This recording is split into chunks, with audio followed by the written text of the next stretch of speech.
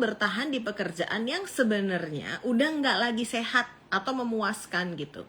Karena ada rasa takut atau cemas. Nah, jadi kita itu memeluk pekerjaan kita.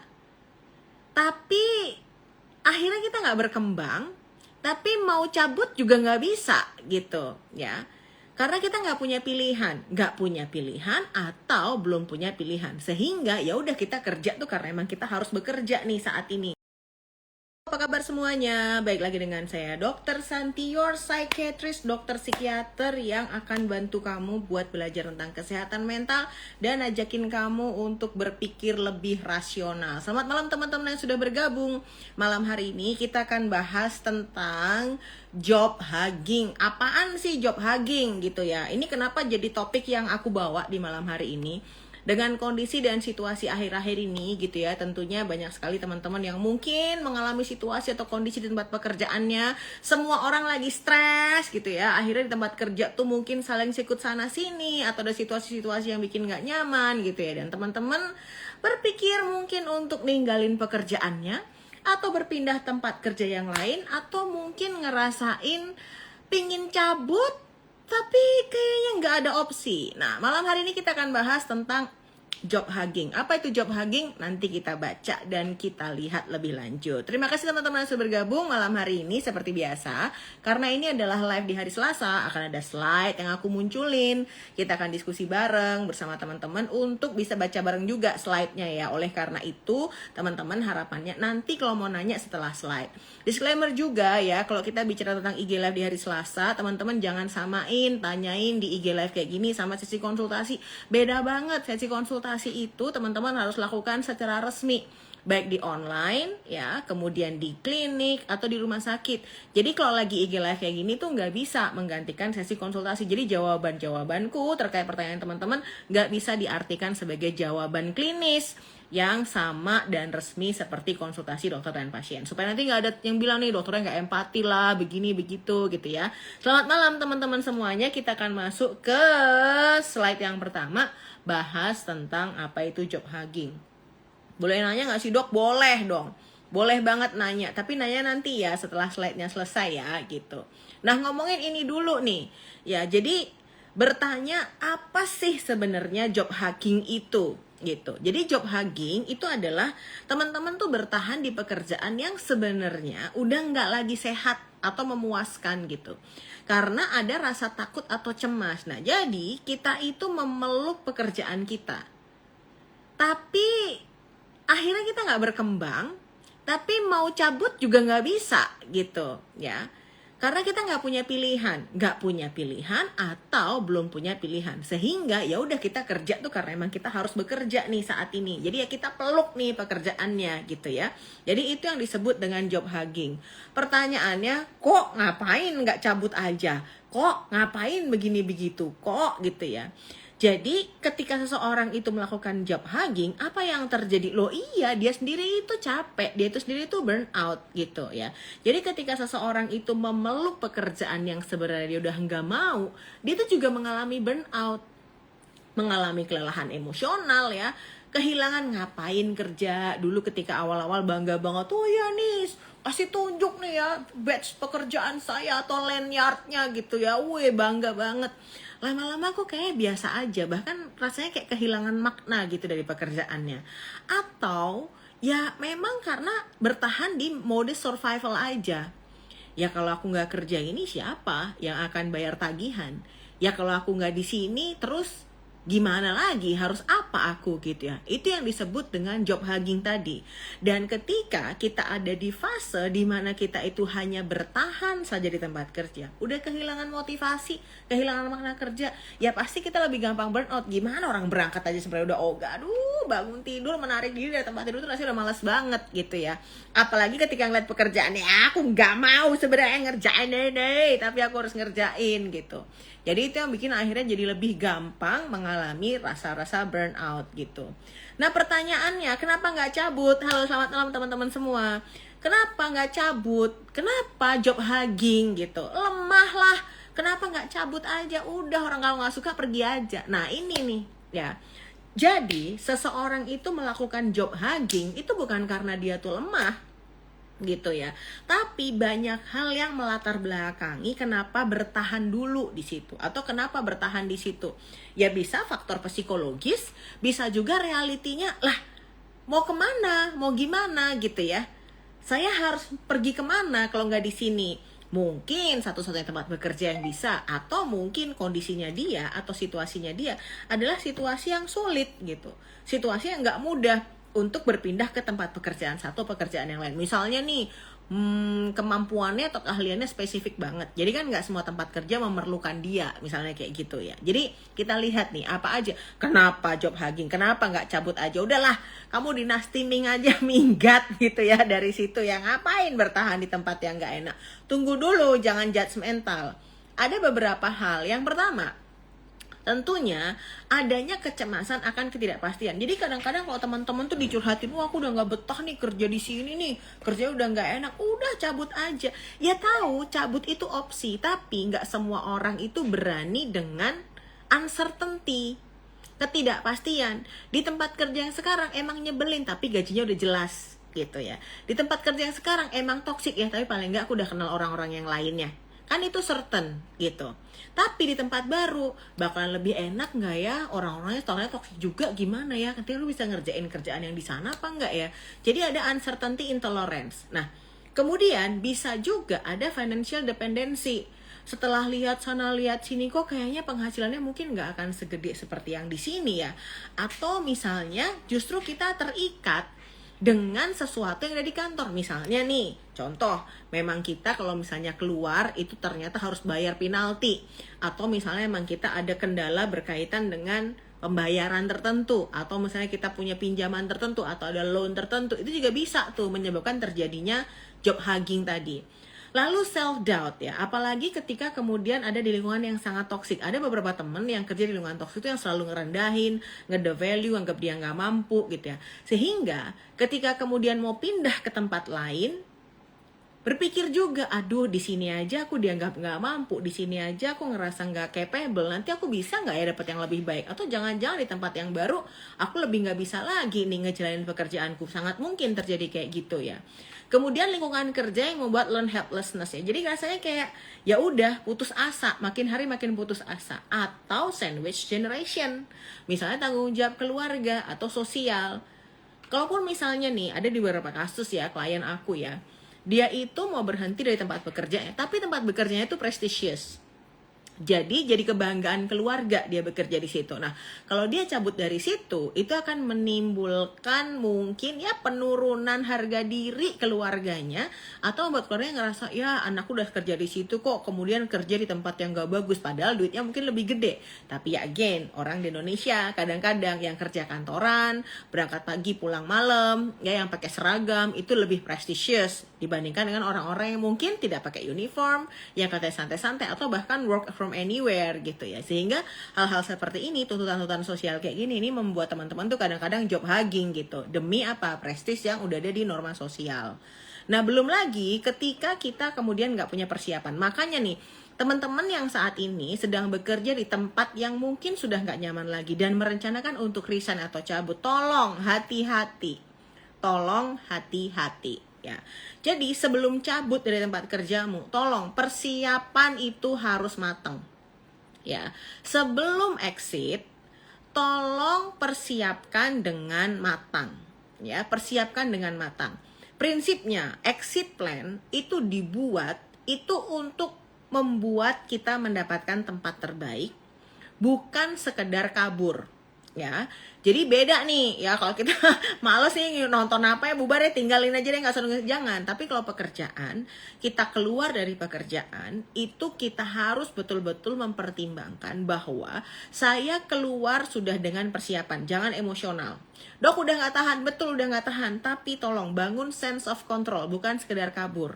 Kenapa? Karena banyak kasus klien yang saya dampingi ya, resign-nya itu resign dengan emosional, kabur ya, kemudian memperburuk kondisi mental gitu ya, memperburuk kondisi mental.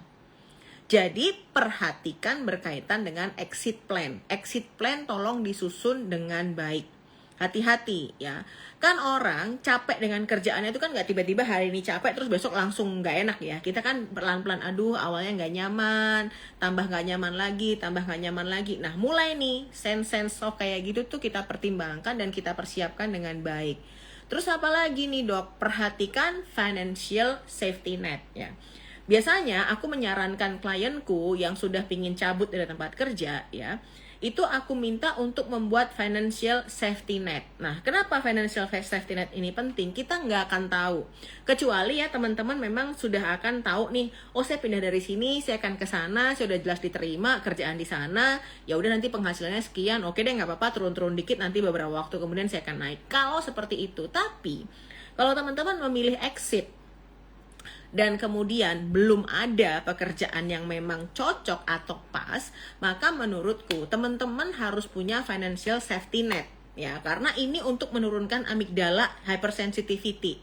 Kenapa? Anxiety itu muncul ketika hidup kita tuh uncertain gitu ya. Jadi hidup kita tuh uncertain, kita nggak jelas nanti gimana, kalau ada apa-apa gimana, kita nggak punya backup support, kita nggak punya backup sistem, itu membuat amigdala tuh hypersensitivity. Nah kalau amigdala hypersensitivity jadi apa? Kita nggak bisa ambil keputusan dengan baik. Jadi mempersiapkan safety net finansial itu untuk menurunkan anxiety yang ada di amigdala.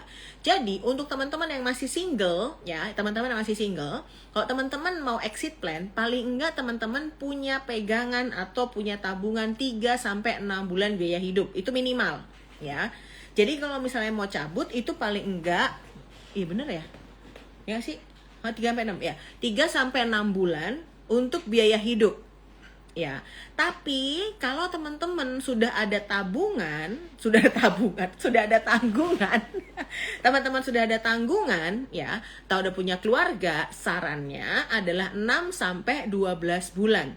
6-12 bulan kalau sudah ada tanggungan. Wah ribet ya dok. Ya memang kita tuh mau cabut dari kerjaan itu juga nggak bisa sembarang-sembarang. Kenapa? Ya karena tadi pertimbangan-pertimbangan, contohnya financial safety net gini.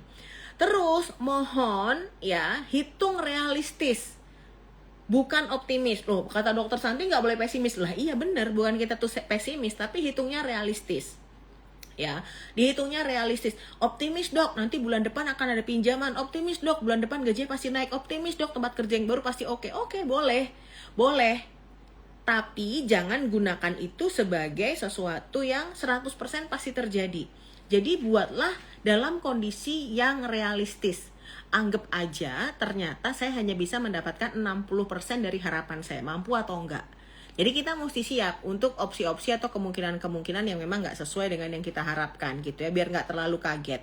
Nah, ini problem yang paling sering ya terjadi ketika aku mendampingi klienku adalah banyak yang tahu, dok saya pingin pergi, ya oke, pingin pergi, tapi habis itu terus mau apa gitu ya. Jadi nggak tahu mau kemana, terus nggak tahu juga sebenarnya saya pingin perginya tuh karena apa. Apakah role environment-nya, apakah bosnya, apakah workload-nya gitu ya. Jadi tolong teman-teman tuh buat list dulu ya. Sebenarnya yang bikin saya burnout, bikin saya nggak nyaman di sini tuh apa? Dicatat gitu. Terus aku akan minta, oke, ini, mana yang bisa dikontrol kamu, mana yang nggak bisa dikontrol kamu, mana yang membuatmu paling pingin cabut gitu. Kalau ternyata yang ingin membuat cabut itu ternyata A, maka kita bikin mitigasi A. Kalau ternyata B, kita bikin mitigasi B. Nggak bisa dimitigasi, ya berarti exit plan mesti dikencengin, kan gitu. Jangan nggak buat exit plan, tetap harus dibuat exit plan. Kenapa? Exit plan itu adalah bagian dari hope gitu.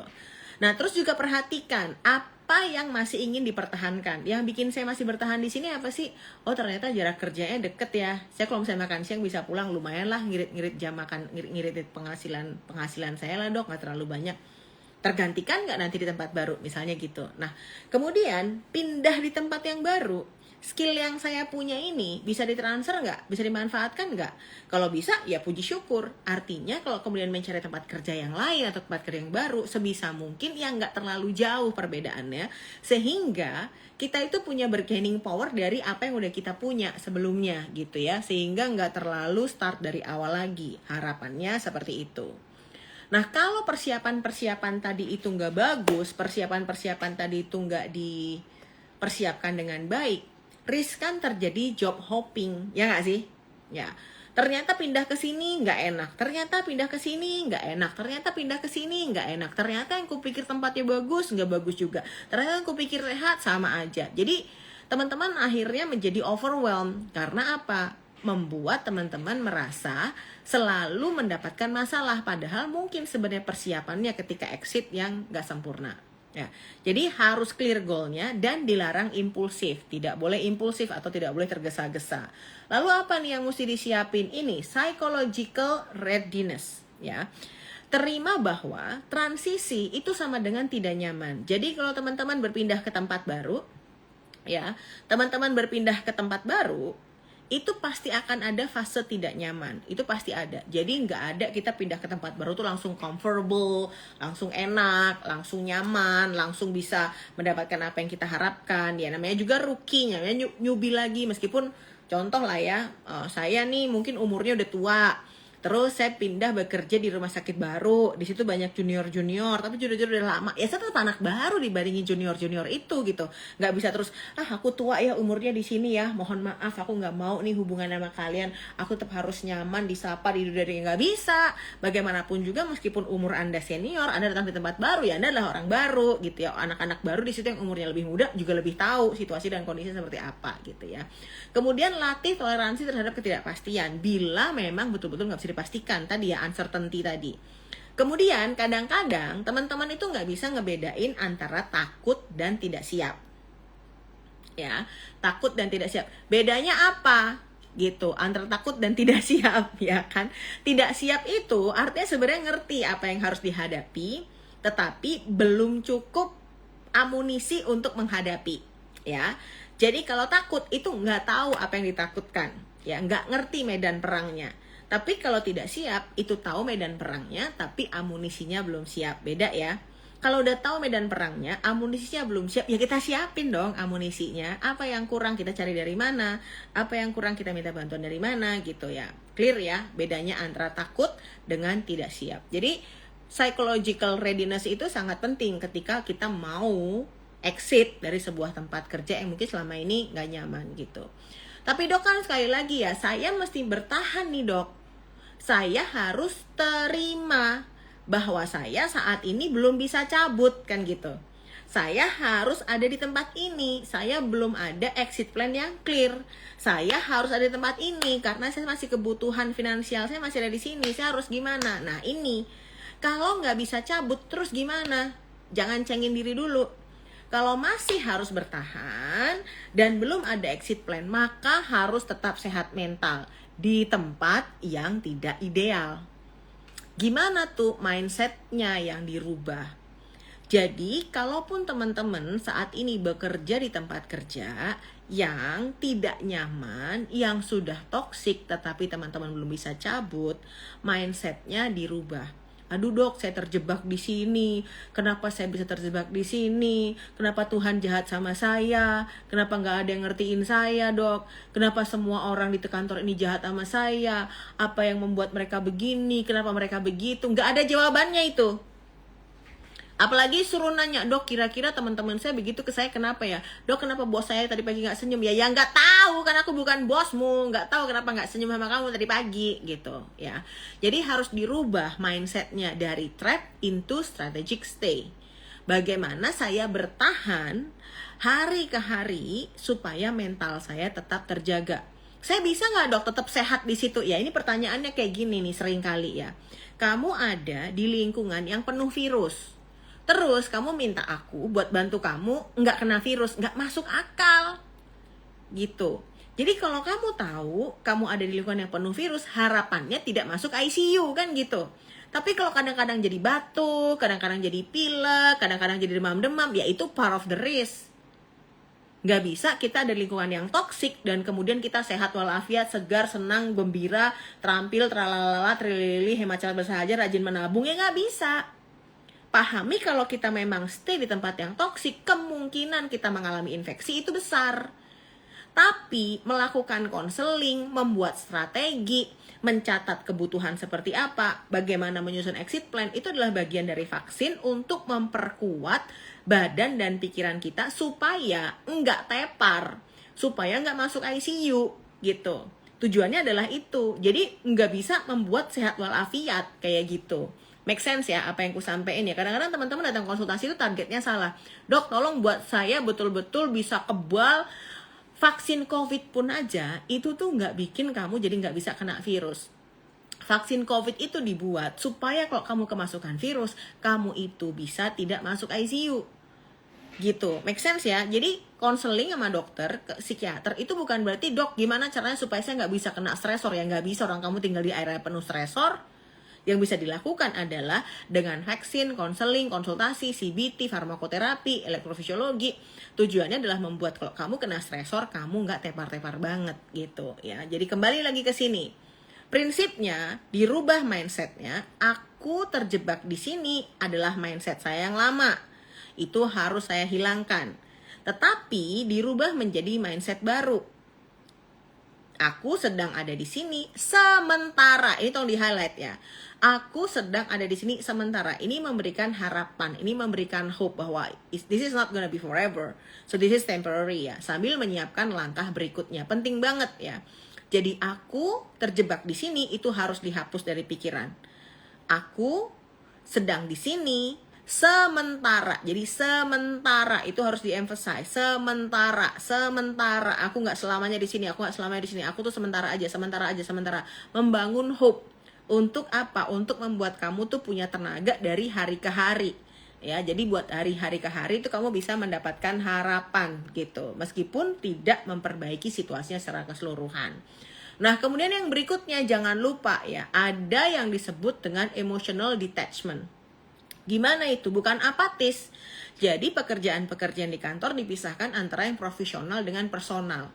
Pisahkan nilai diri dari penilaian kerja ya, supaya tidak terjadi yang namanya penurunan dari harga diri kita. Jadi kalaupun pekerjaanmu itu dianggap jelek, bukan berarti dirimu tuh jelek gitu ya. Jadi kalau misalnya kamu dikasih nilai jelek sama bosmu, bukan berarti kamu itu jelek. Ya pekerjaanmu yang dinilai jelek sama bosmu. Kalau misalnya kamu dianggap gak capable atau kamu misalnya diremehkan, itu tentang pekerjaanmu, gak ada hubungannya sama nilai personalmu. Jadi kayak gituin terus, dicuci pikirannya. Supaya apa? Supaya tidak masuk ke dalam kondisi-kondisi yang membuat kamu kelelahan atau membuat kamu semakin tidak percaya diri dan kemudian mengurangi semangat dan bisa berujung kepada self esteem yang semakin rendah gitu. Jadi hati-hati banget ya kalau misalnya mengalami kondisi seperti itu. Alright, baiklah. Oh, this is the last slide ya. Oke. Sebagai quote. Wih, quote yang ngeri banget nih. Quote di malam hari ini untuk mengakhiri slide. Leaving a job can sometimes improve your career more than staying. Okay, makes sense. Growth often comes from changing environments, not just working harder in the same one. Wede, by siapa nih? Expats Bus.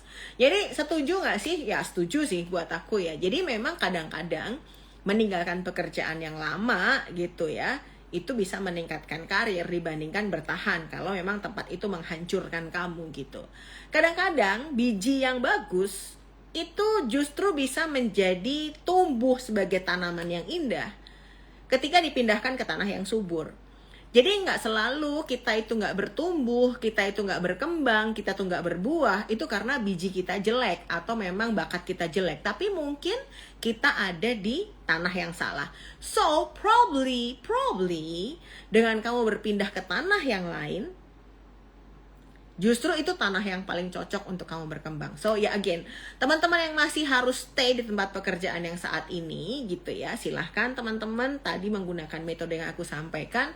Tapi kalau teman-teman kemudian punya kekuatan untuk berpindah, ya semoga quote ini bisa membuat teman-teman punya semangat untuk probably I have to move to another area untuk bisa bertumbuh dan berkembang. Alright, baiklah kita akan masuk ke Q belum ya? Ada, maaf. Biasaan.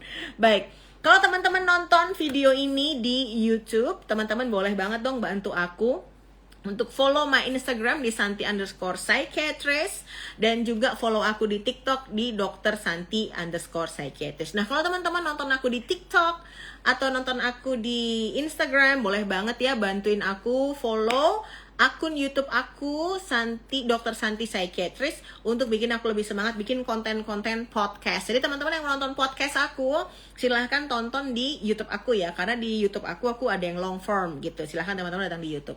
Thank you teman-teman yang sudah bergabung di malam hari ini. Kapan datang ke psikiater, kapan datang ke psikolog? Boleh dua-duanya, Mel. Ya, boleh datang ke dua-duanya. Jadi nggak harus bertahap sih. Kalau teman-teman mau datang ke psikolog, mau datang ke psikiater, nggak apa-apa. Nggak harus berurutan, harus ke psikolog dulu baru ke psikiater, nggak. You can like directly go to psychiatrist ya.